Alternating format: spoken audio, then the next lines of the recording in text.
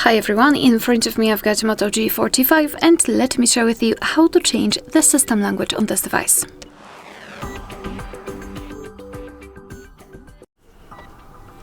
So let's begin with opening the settings, and here let me go back. Here we have to scroll down to the very bottom to find the option System. Then let's tap on Languages, and here tap on System Languages. So now all we have to do is to tap on Add a Language, and here we've been transferred to the full list of available languages from which we can choose.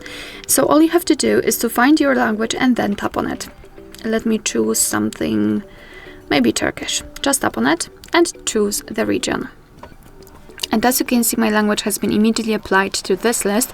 Here we've got the, I would say the shortcut of this long list of languages. So here we can quickly set another language. So as you can see, after tapping on the Turkish language, nothing happens actually.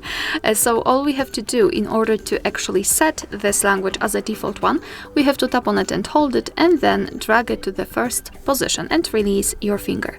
And now finally your device will ask you whether you'd like to change the system language to the desired one. So just tap on Change, and from now on the whole system will be displayed in the chosen language.